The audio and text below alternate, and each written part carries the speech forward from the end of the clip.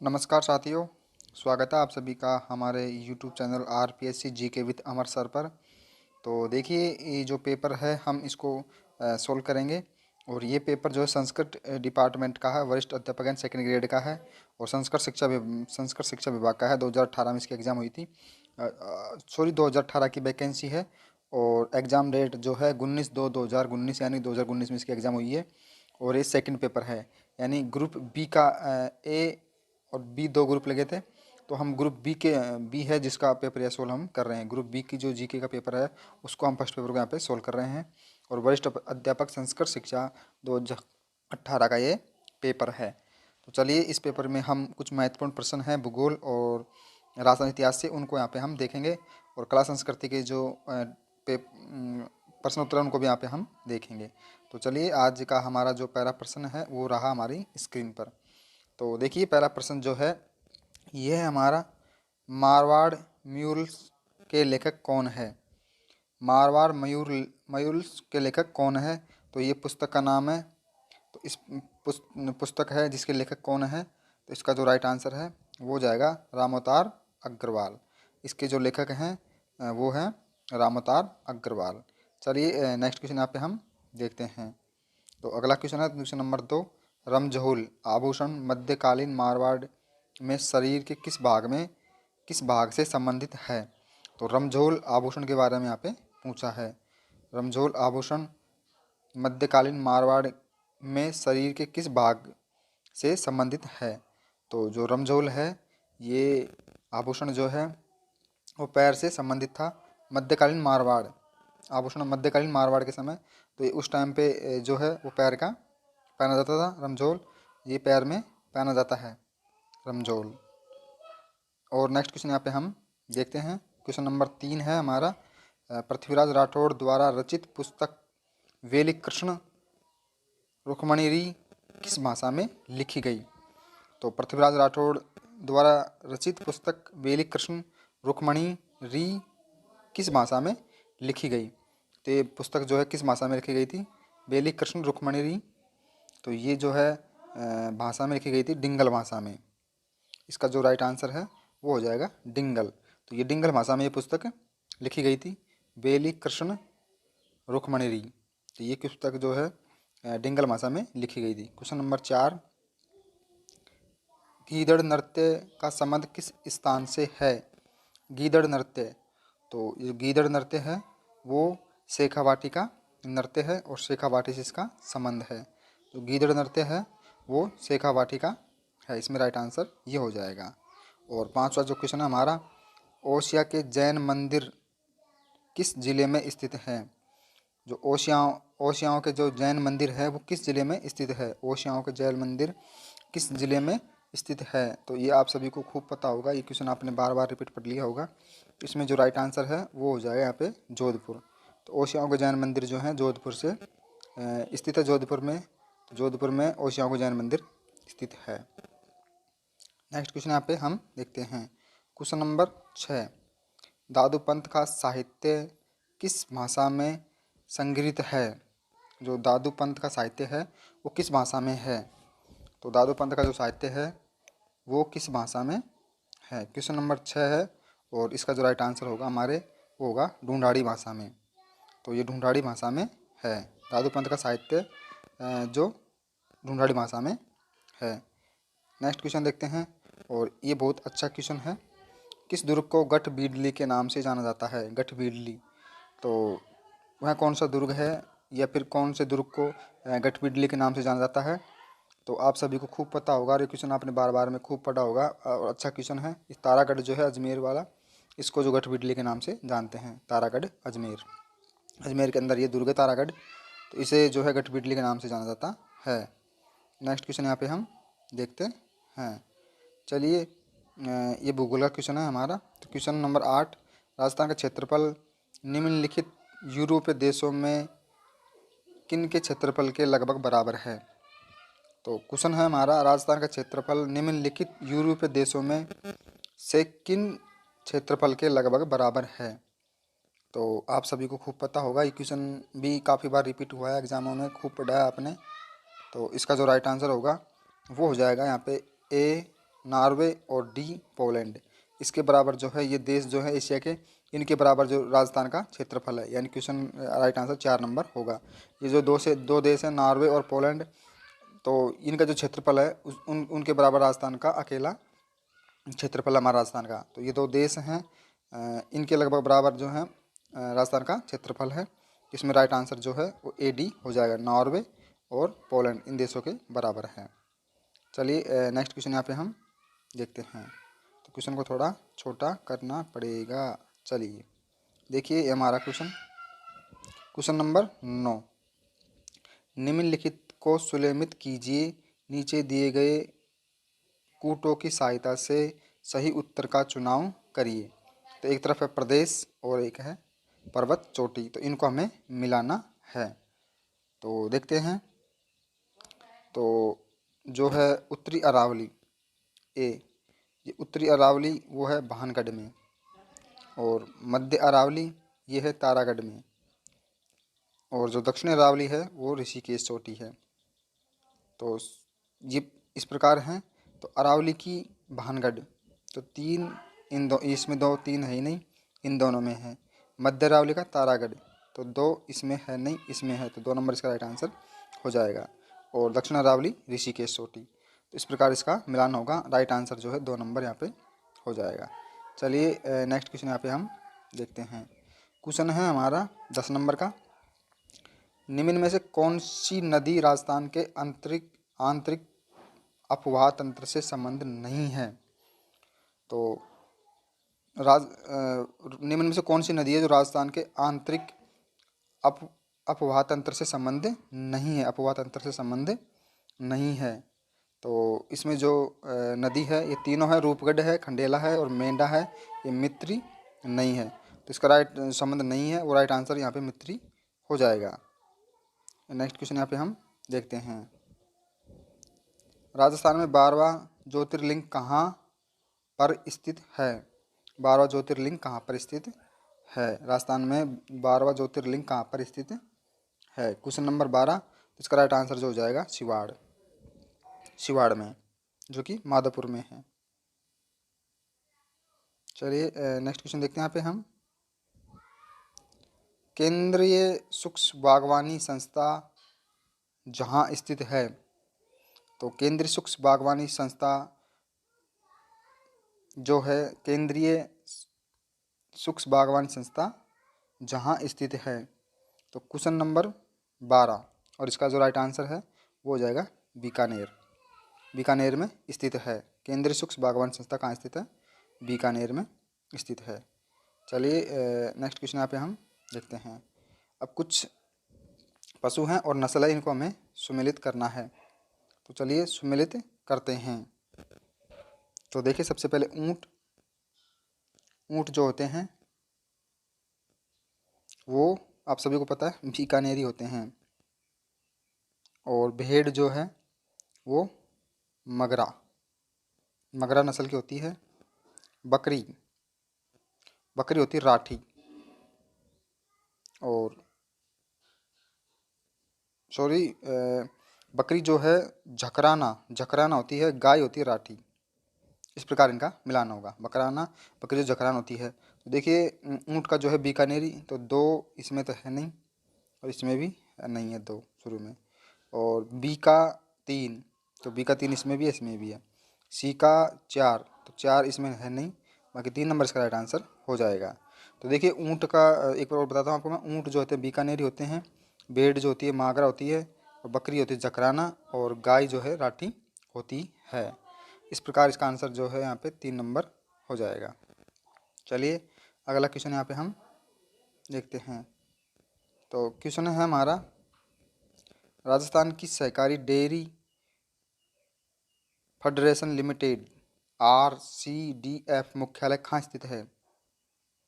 तो राजस्थान में सहकारी डेयरी फेडरेशन लिमिटेड RCDF मुख्यालय कहाँ स्थित है? तो इसका जो राइट आंसर होगा वो हो जाएगा जयपुर के अंदर स्थित है। चलिए नेक्स्ट क्वेश्चन यहाँ पे हम देखते हैं। Question number 15। वर्ष 2001-11 की 2001-2011 2011 अवधि में राजस्थान के निम्नलिखित जिलों में से किस में उच्चतम दशकीय जनसंख्या वृद्धि दर पाई गई है? तो सबसे ज़्यादा जो जनसंख्या वृद्धि दर हुई है 2001 से 11 तक, वो कौन सा जिला है? सबसे उच्चतम दशकीय जनसंख्या वृद्धि दर पाई गई है 2001 से के समय लेकर। तो इसमें जो राइट आंसर होगा वो होगा बाड़मेर। सबसे ज़्यादा जनसंख्या दर पाई गई है, उच्चतम दशकीय जनसंख्या वृद्धि, वो बाड़मेर में पाई गई है 2001 से 2011 के बीच में। चलिए नेक्स्ट क्वेश्चन यहाँ पे हम देखते हैं। क्वेश्चन नंबर 16, राजस्थान में निम्नलिखित में से किस प्रकार के वन 75 से 100 सेमी 110 सेमी औसत वार्षिक वर्षा वाले क्षेत्र में पाए जाते हैं? तो क्वेश्चन को एक बार हम दोबारा पढ़ते हैं।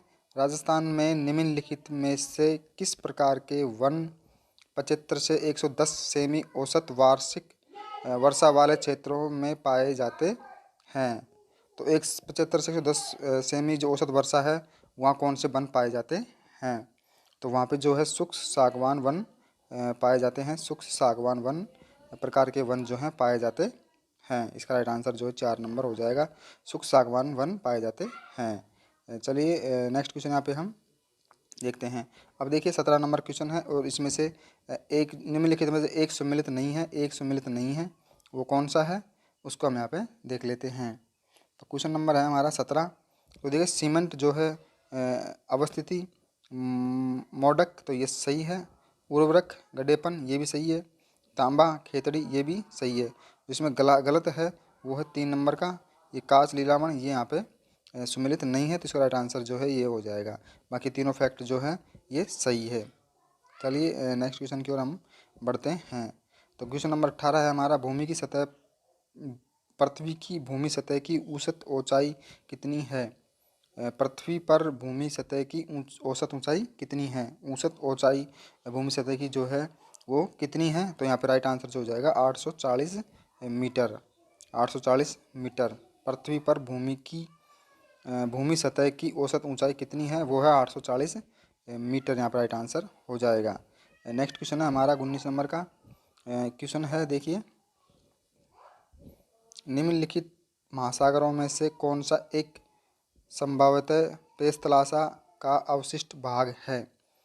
पेस्तलासा का अवशिष्ट भाग है। पेस्तलासा का अवशिष्ट भाग है। तो 19 नंबर का प्रश्न है और इसका राइट आंसर जो है ये हो जाएगा प्रशांत महासागर। जो है कि पेस्तलासा का अवशिष्ट भाग है वो है प्रशांत महासागर। इसका राइट आंसर यहाँ पे हो जाएगा।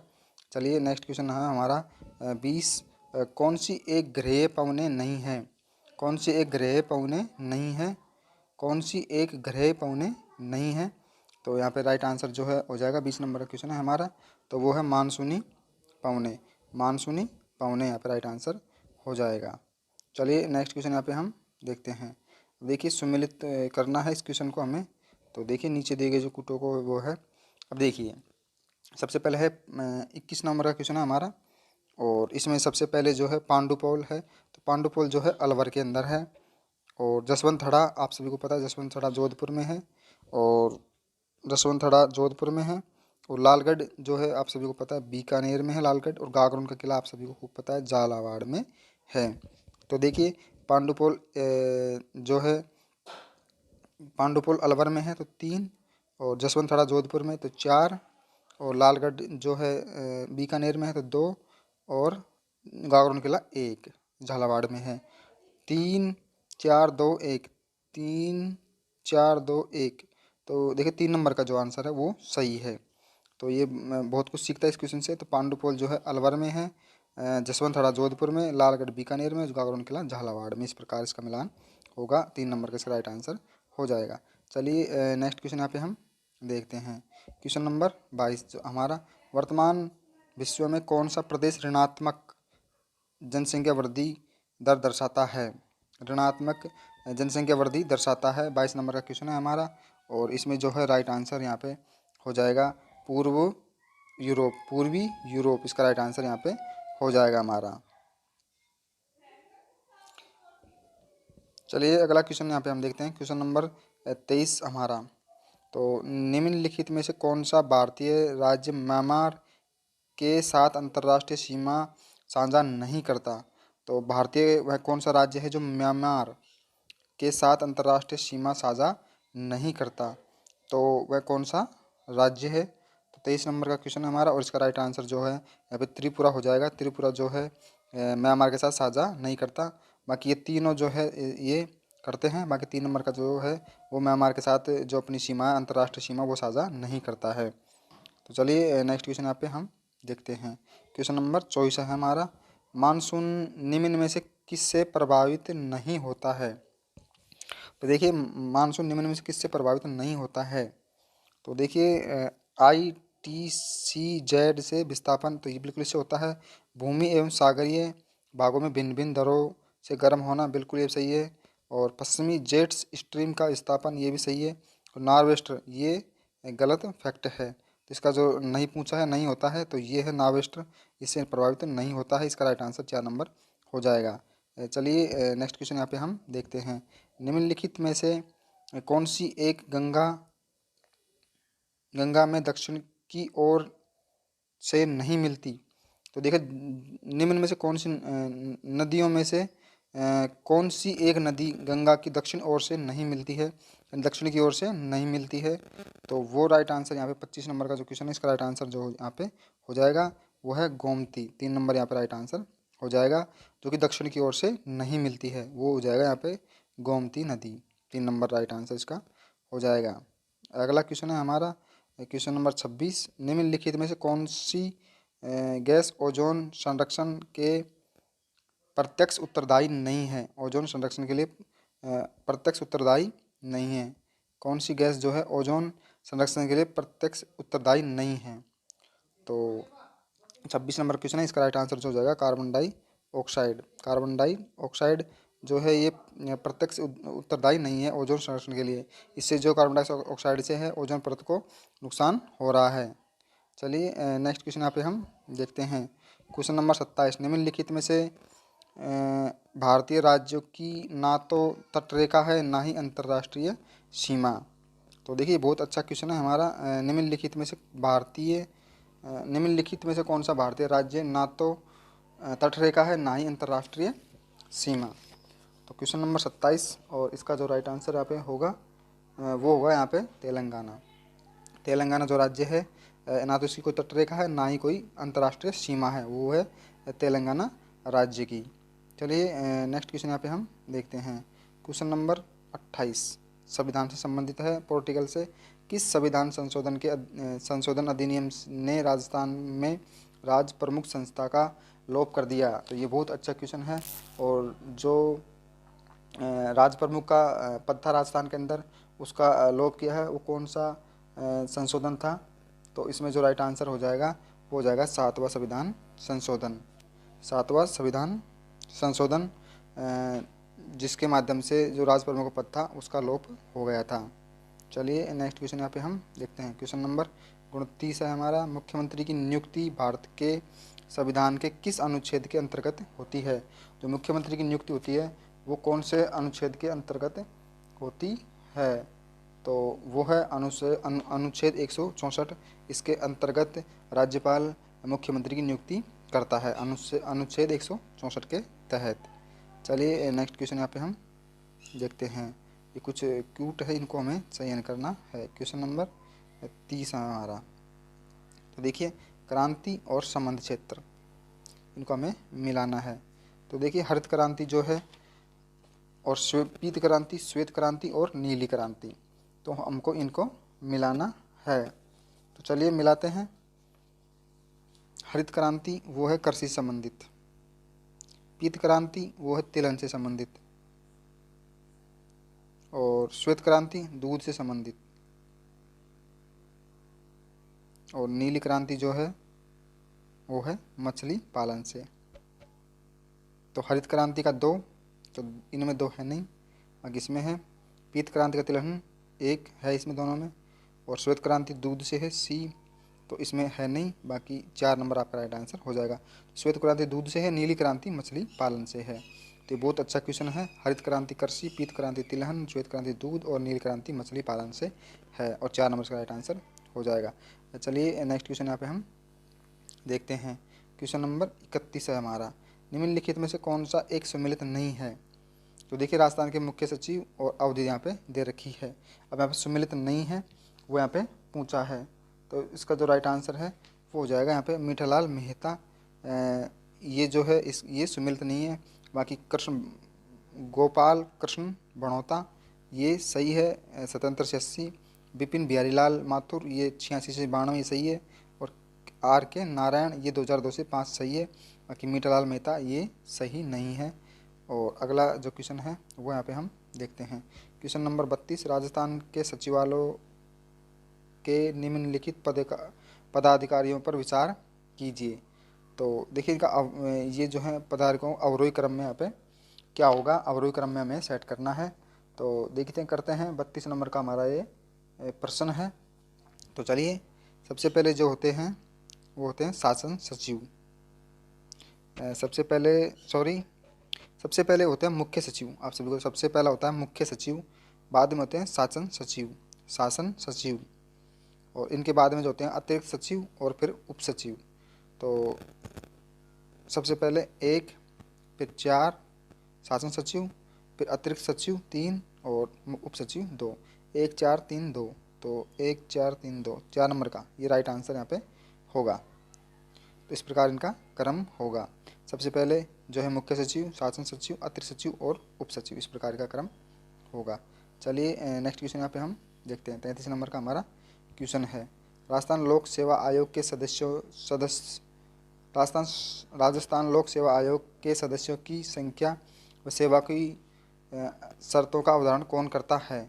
तो आप सभी को पता है राजस्थान लोक सेवा आयोग के जो सदस्य होते हैं उनकी नियुक्ति कौन करता है, उनकी संख्या व सेवाओं की अवधारणा कौन करता है। तो ये क्वेश्चन आपने खूब पढ़ा होगा। और जो है इसकी राज्यपाल करता है नियुक्ति, लेकिन हटा नहीं सकता। राज्यपाल नियुक्ति करता है लेकिन हटा नहीं सकता है।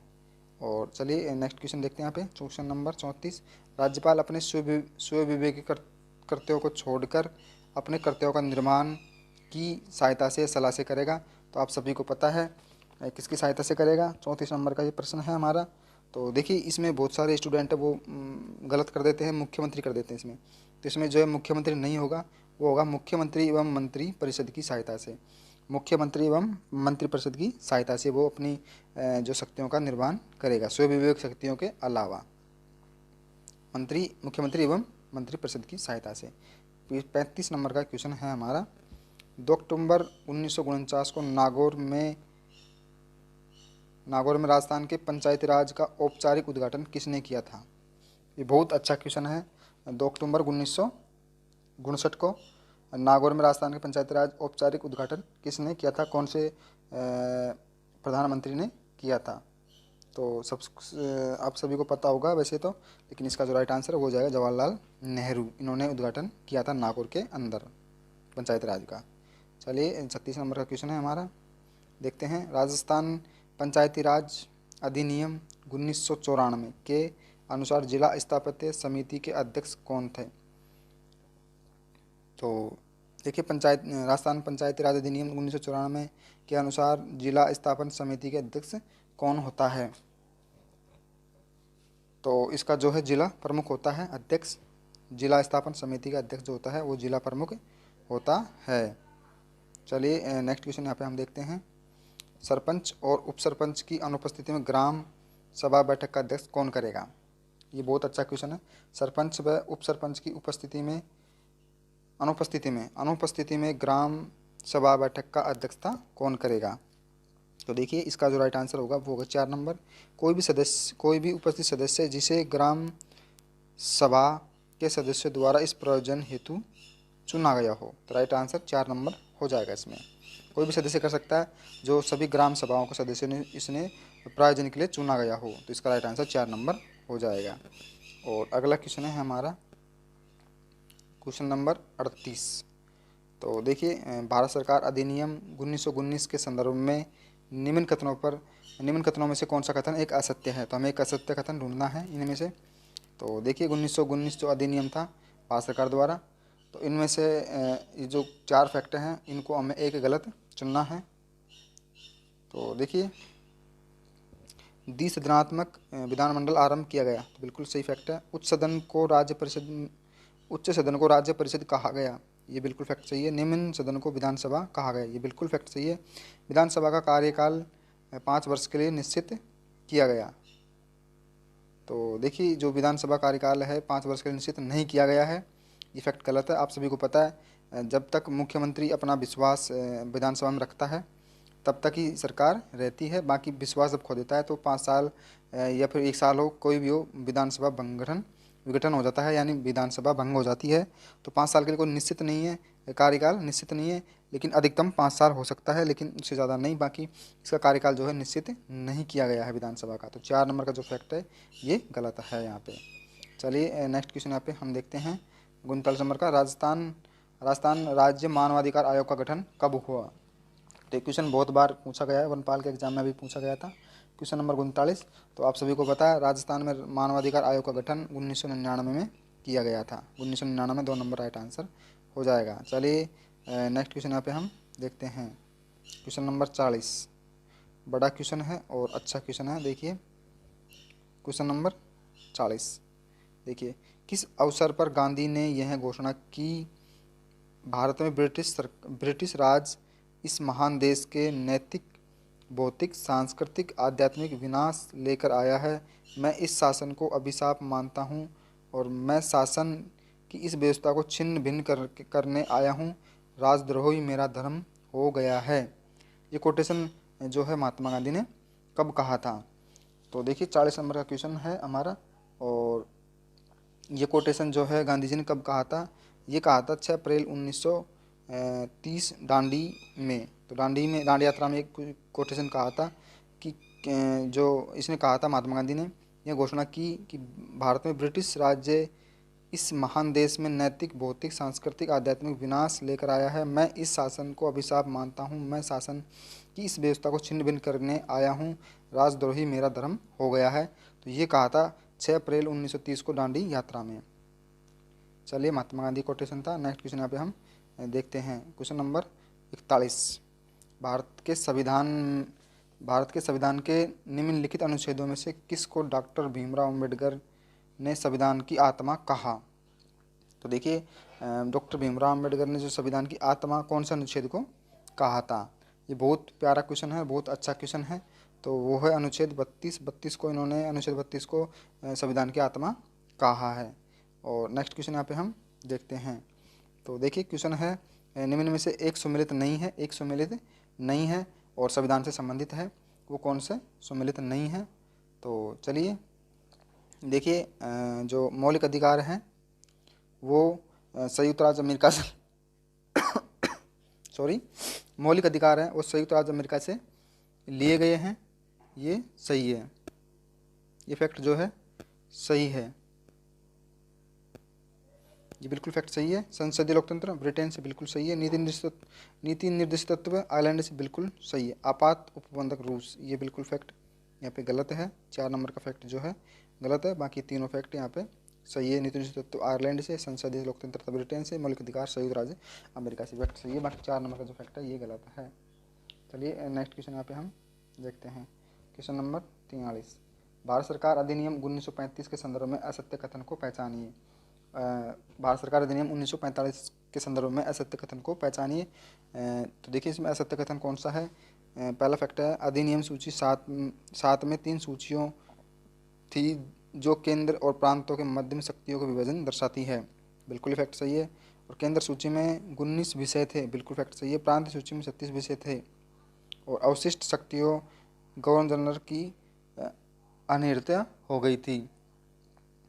तो देखिए ये जो फैक्ट है प्रांत सूची में 36 विषय थे, बिल्कुल ये फैक्ट गलत है, बाकी ये भी फैक्ट सही है। तो इसमें जो फैक्ट गलत है वो 3 नंबर यहाँ पे हो जाएगा। चलिए नेक्स्ट क्वेश्चन यहाँ पे हम देखते हैं क्वेश्चन नंबर जो है हमारा 44 और 45वां क्वेश्चन है हमारा। तो देखिए थोड़ा छोटा करना पड़ेगा क्वेश्चन को हमें। तो देखिए 45 नंबर का क्वेश्चन है हमारा, निम्नलिखित को सुललित कीजिए। तो देखिए कुछ अनुच्छेद कुछ अधिकार है, इनको हमें यहाँ पे सुमेलित करना है। तो चलिए कारखानों में बालकों का प्रतिवेदन नियोजन, जो प्रतिबंधित लगाया गया है बालकों पर कारखानों पे, वह अनुच्छेद 24। अंतःकरण की स्वतंत्रता अनुच्छेद 25।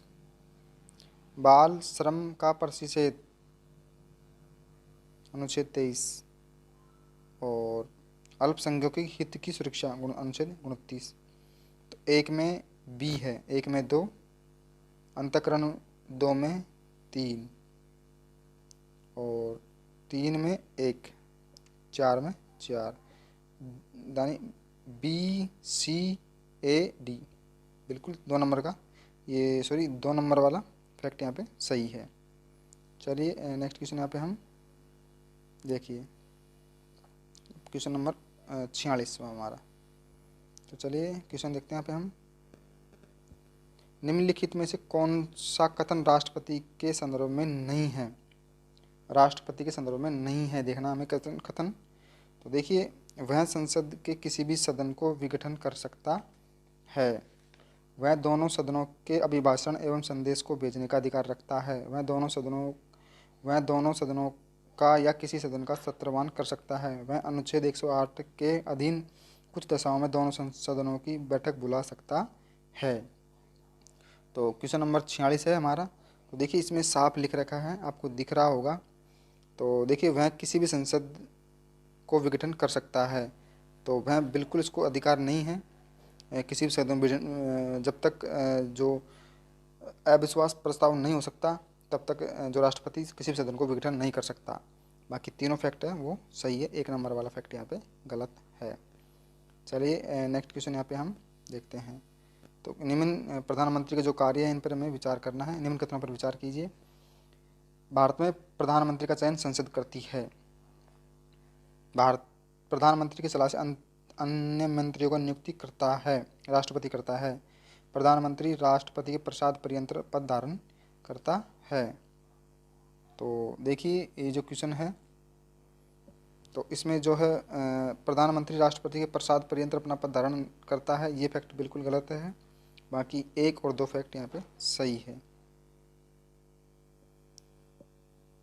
सॉरी, इस क्वेश्चन को हम दोबारा देखते हैं।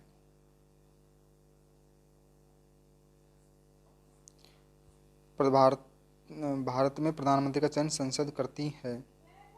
तो देखिए संसद चयन नहीं करती है, ये बिल्कुल फैक्ट गलत है।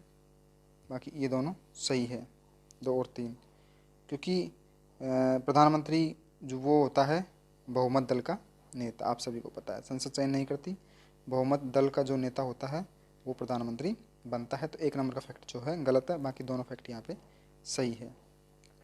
48 नंबर का क्वेश्चन यहाँ पे हम देखते हैं। निम्नांकित राज्य नीति निर्देशक सिद्धांतों में से कौन सा भारत के मूलतः सम्मिलित नहीं है?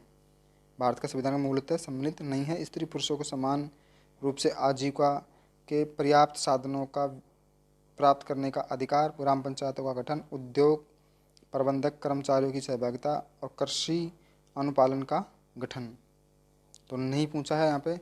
नीति निर्देशक सिद्धांतों में भारत के संविधान में मूलतः सम्मिलित नहीं था। तो 48 नंबर का क्वेश्चन है हमारा, और इसमें जो राइट आंसर है वो 3 हो जाएगा। उद्योग के प्रबंधक कर्मचारियों को सहभागिता। Question number 49। निम्नांकित राजनीतिक दलों में से कौन सा एक वर्तमान में मान्यता प्राप्त राष्ट्रीय दल नहीं है, जिसको राष्ट्रीय दल की अनुमति नहीं है? तो देखिए कांग्रेस है, भारतीय जनता पार्टी है, बहुजन समाज पार्टी भी है, समाजवादी पार्टी नहीं है, जो कि ये अखिलेश यादव की पार्टी है। तो ये राष्ट्रीय पार्टी नहीं है, बाकी तीनों है। और अंतिम क्वेश्चन आज का हमारा 50 नंबर का, वो है शिमला समझौते पर हस्ताक्षर कब हुए? तो शिमला समझौते पर हस्ताक्षर हुए थे 1972 को। आज की वीडियो में बस इतना ही। बाकी अगर आप रीट्स की तैयारी कर रहे हैं तो चैनल को जरूर सब्सक्राइब करें। थोड़े दिन बाद में मैं रीट का कोर्स, संपूर्ण कोर्स यहाँ पे लेकर आने वाला हूँ। तो थैंक यू वीडियो देखने के लिए। बाकी मिलते हैं नेक्स्ट वीडियो में, तब तक के लिए नमस्कार।